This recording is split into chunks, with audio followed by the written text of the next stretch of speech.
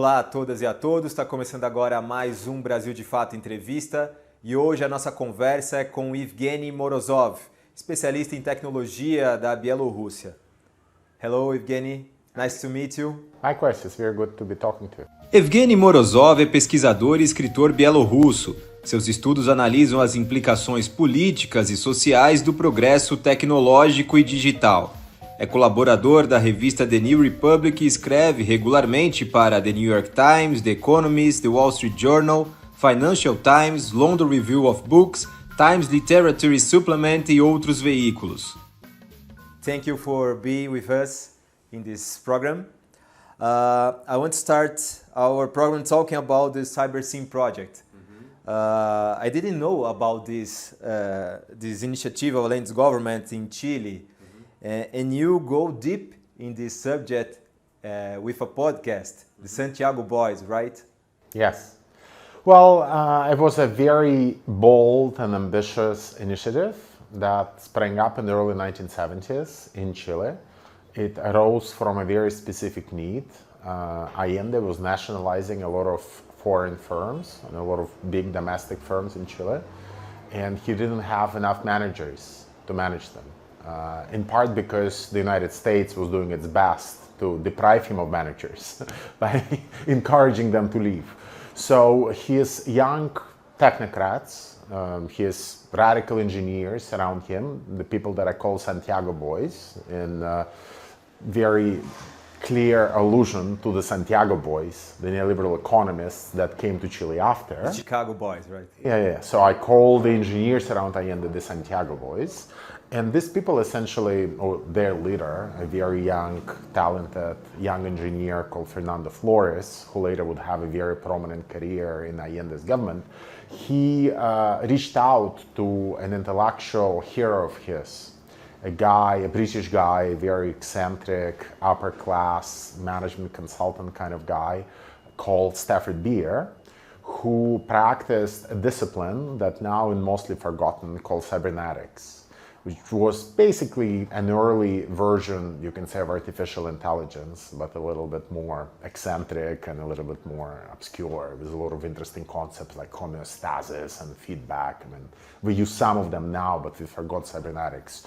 So Stafford Beer was brought to Chile to help them build a system that will help to make up for this lack of managers. They would use computers instead, right? They would use computers to help indicate where problems in the Chilean state-run economy were brewing. And as part of this process, CyberSyn developed into a pretty ambitious program where a huge chunk of the Chilean economy was connected by means of a telex network, a very basic version of the internet, you can say, to a central computer, which analyzed data coming from the enterprises to give essentially a very different model for how do you manage an economy that will still be efficient, effective, and good for the Chilean people. And when you decide to make this podcast? Well, this is a project that is well known in some circles, and so I've known about it for a decade. I've written about it. I've written a review of a book about the project.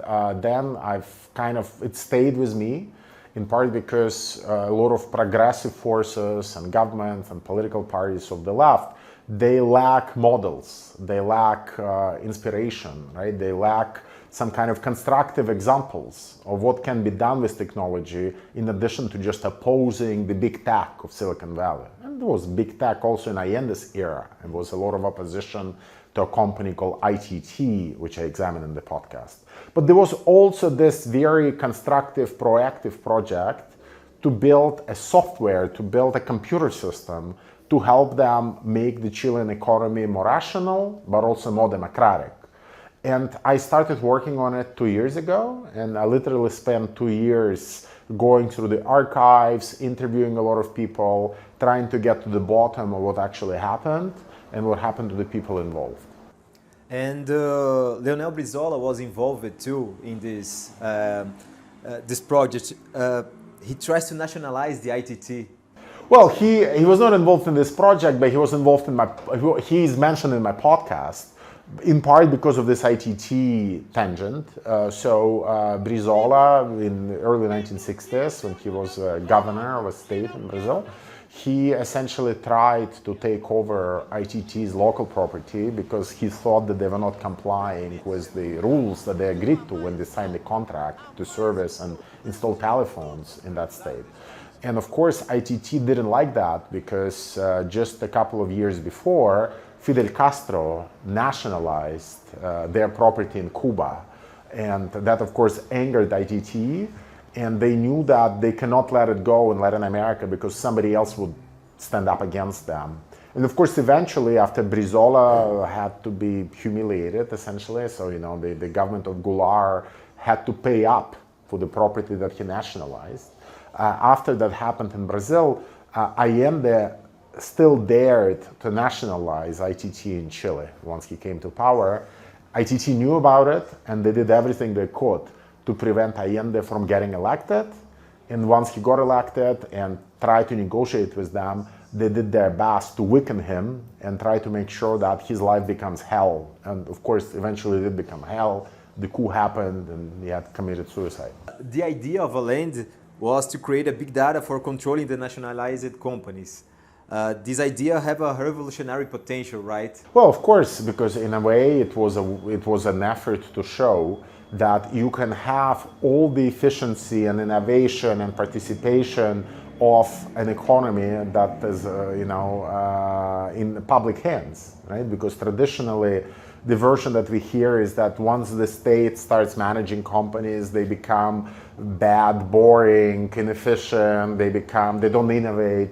And in this case, it was an effort to harness the power of technology and the power of democracy and the power of real-time communications to build a system that could actually be far more efficient than the market economy, right? And that, I think, what represented a big fear and a big risk to the United States.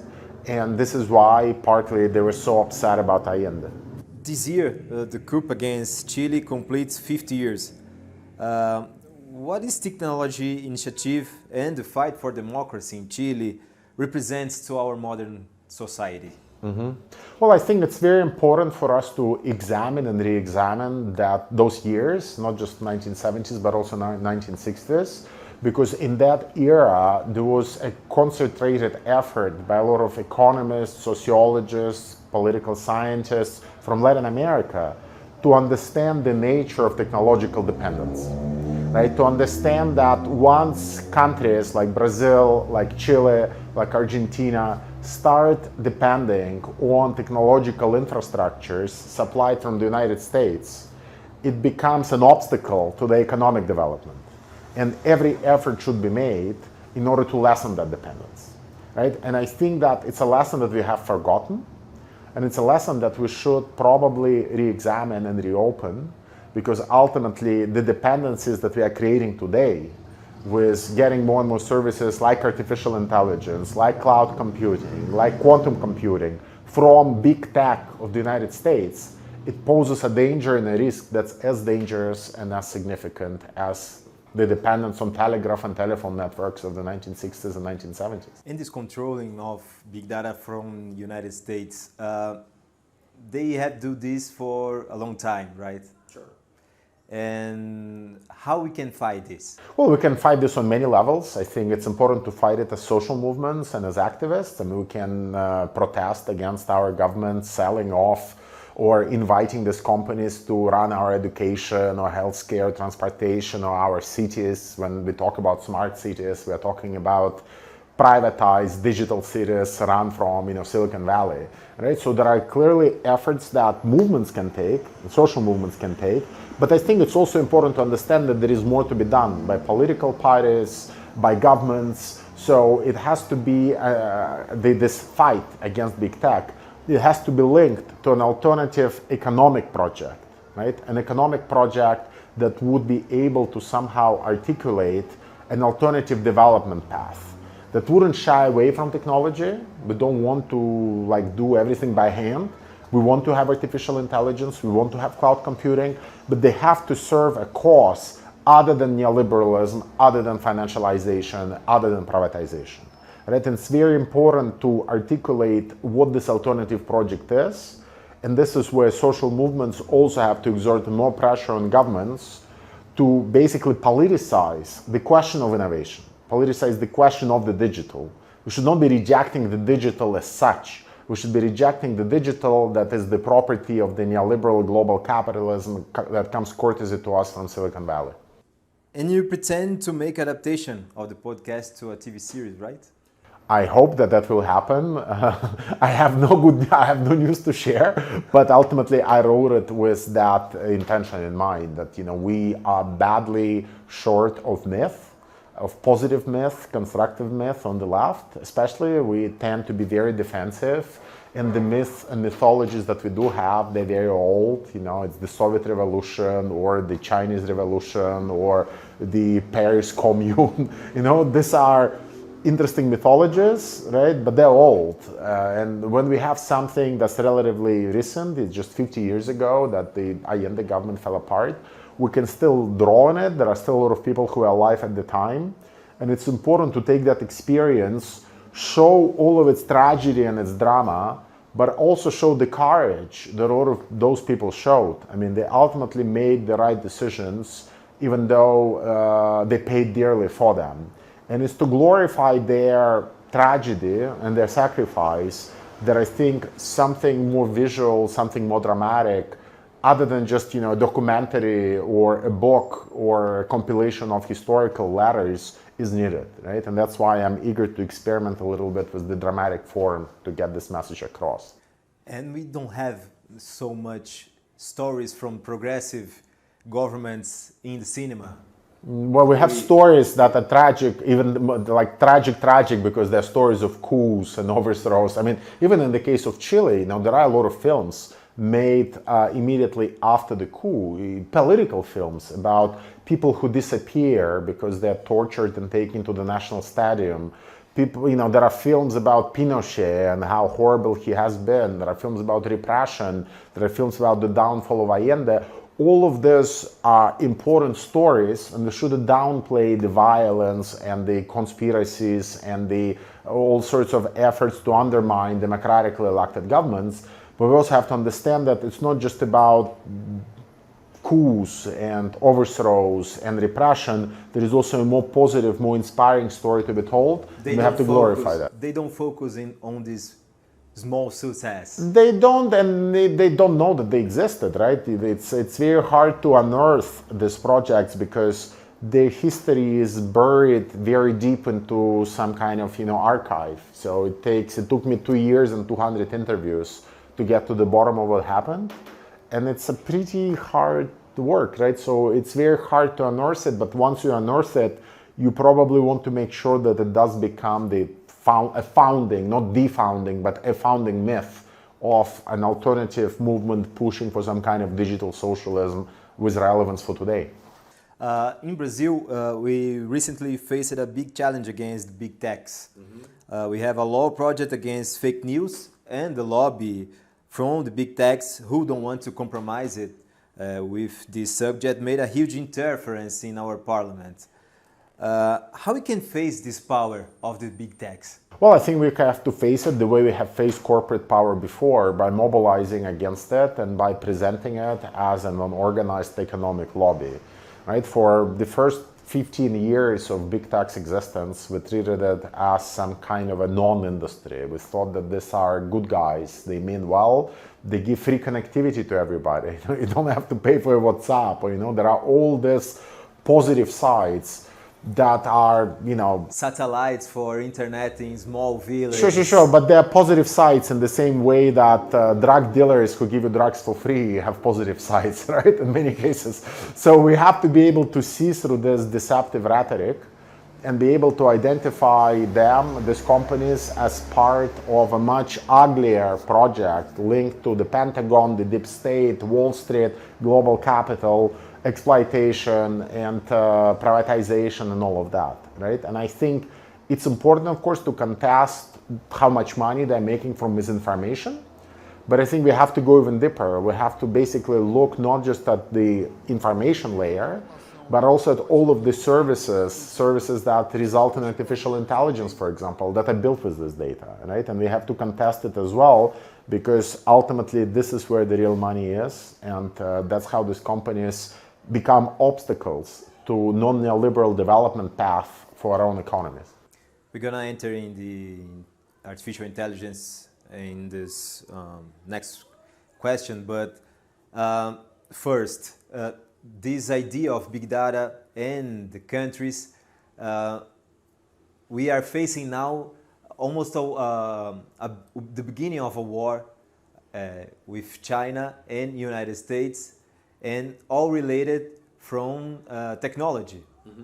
Taiwan is in the center of this because they develop a component that's important for every kind of technology that we have now. We can face a war because of technology. I wouldn't go, no, it's not that I wouldn't go that far. I mean, the war we're going to face, if we face it, will be about the clash of essentially, capital factions, right? So in that sense, we shouldn't be blaming technology for what essentially is the product of capitalist relations and capitalist geopolitics, right? But of course, it's important to emphasize that technology today, when we're talking about 5G, microchips, quantum computing, artificial intelligence, that increasingly has a geopolitical component to it. And the reason why it has a geopolitical component to it is because the United States now is facing a competitor to its hegemony, its financial hegemony, its military hegemony, but even more so its technological hegemony. And that contender, of course, is China. And because of that, questions that previously were unproblematic, and we kind of accepted this globalized rhetoric that you shouldn't care about who owns your industry, who owns your technological stack. Now these questions became repoliticized because of this clash between an existing hegemon and its contender. And it's very important for us to realize that the current contender wouldn't surrender so easily. Going back to the fake news subject, this is a theme that sustain the fascist governments around the world, and the big techs are totally involved in this because they don't want to lose engagement that this fake news they gain to them. So when we have this big techs with so much power involved in this, they could sustain for a long time the idea of fascist or these extreme right governments around the world for a long time. This is a partnership between the right-wing forces and big tech. Yeah. I mean, look, big tech will align with whoever makes their enterprise profitable. If it's fascist, it's fascist. If it's vegetarians, it's vegetarians. Right? So in that sense, they are equal opportunity capitalists, right? They will align themselves with whoever pays the bills. I mean, it's true that there are bizarre configurations where in America, for example, a lot of people on the right, a lot of people who are far right kind of forces, they think that big tech is a socialist conspiracy. They think that they're communists, right? They accuse them of engaging in censorship and of promoting socialist causes, right? So it's not as black and white. I mean, of course, Silicon Valley has a very close relation to Pentagon, Deep State, Wall Street, and all of those other actors. But I wouldn't say that in every country, the relationship between Silicon Valley and far right holds. I mean, the relationship between Silicon Valley and some kind of neoliberal model of capitalist accumulation holds almost universally. The relationships between far right and Silicon Valley don't hold as well in all the countries. In some contexts, of course, they work. And in the context of Brazil, you can see how now people supporting Bolsonaro, they start defending WhatsApp and Telegram because they think that regulating them will eventually be bad for them, right? Because it will result in censorship of their own communications. right? In the United States, it's not like this. There is no, because there is no law that requires Facebook to delete Donald Trump's account or his post in America. They do it voluntarily, right? And it's because they do it voluntarily, because of social pressure, that American far-right groups think that this is a socialist conspiracy and Facebook is part of it. And Elon Musk give them back the account, right? On Twitter, yeah, on X as it's called now, not X. on Facebook. Yeah. Now another subject we've a lot discussed is the AI development. The owners of some projects asked for a pause, facing the terror of losing control of it. I had an interview a specialist from Brazil who told me that this truth was just because some of them was losing the race. What is the future of AI? Well, the future of artificial intelligence depends on how much resistance big technology companies face, right? So there is clearly a project of turn it into the next engine of privatization, whereby all these public sectors, education, healthcare, transportation will somehow be reconfigured to have an AI component in it. That's what Silicon Valley wants. That's why they keep talking about what they call artificial general intelligence. It doesn't have to be this way, right? We just need to be able to see through this rhetoric for what it is and oppose it, right? So this is where fights against neoliberalism and against privatization become fights also against big tech, right? And they have to converge. And the problem is that a lot of fights against big tech, they're fought on other terrains. They're fought on the terrain of privacy, anti-surveillance, and these are important issues, but they're not political and economic issues, right? And I think it's very important for us to be able to develop a future where AI serves the causes of solidarity. It's to essentially repoliticize the fight against big tech. But I do believe that there is no predetermined path. I mean, artificial intelligence can as well serve socialist causes, but it would be a very different type of artificial intelligence. It will be intelligence that recognizes that intelligence is something social, right? It's not the property of an individual genius having ideas algorithmically in their head. It's the product of that person growing up in society, being in dialogue with others, benefiting from education, from institutions and so forth. And it also means that the way to make society more intelligent, more artificially intelligent, is also by funding and creating institutions and not just by creating data farms. But we have the risk to losing control of it. We have risk losing control of it if we lose control of capitalism, which we have, right? It's not, I don't believe in AI taking on a logic of its own. I mean, it's mostly a fantasy invented by Silicon Valley to distract us from the fact that they are the ones controlling it, that it doesn't have any agency. Yeah, because they are in control, right? The big They're techs pretty are much in control, yeah. They can kill AI tomorrow if they want to. Yeah. They just have to unplug the cable. Yes. And what is the Brazil role in technology? Where are we in this topic right now? Sure. Well, Brazil is an important player in the global economy. It's one of the most important players in Latin America. And it has traditionally contested, going, all the way to João Goulart's time, before the coup. It contested a world run by multinational corporations. And so I think it has a great symbolic power. It's also the birthplace of very interesting intellectual approaches like dependency theory, right? Which allows us to understand technology as the leading frontier of generating new dependencies. So I would say that Brazil is extremely important. It's very important to make sure that the government that's in charge now, the Lula government, it doesn't remain in its centrist kind of mode forever, and then it kind of leans to the left a bit more. So there is need to push it to take on riskier and more politically challenging projects that would also frontally and directly challenge the power of big tech. And you talk about social movements and the role of Yes. these social movements in this fight for technology, for democracy of technology. and they are in this moment in a row to fight against these big institutions, the governments, the big techs, to democratize the technology? Well, some of them are.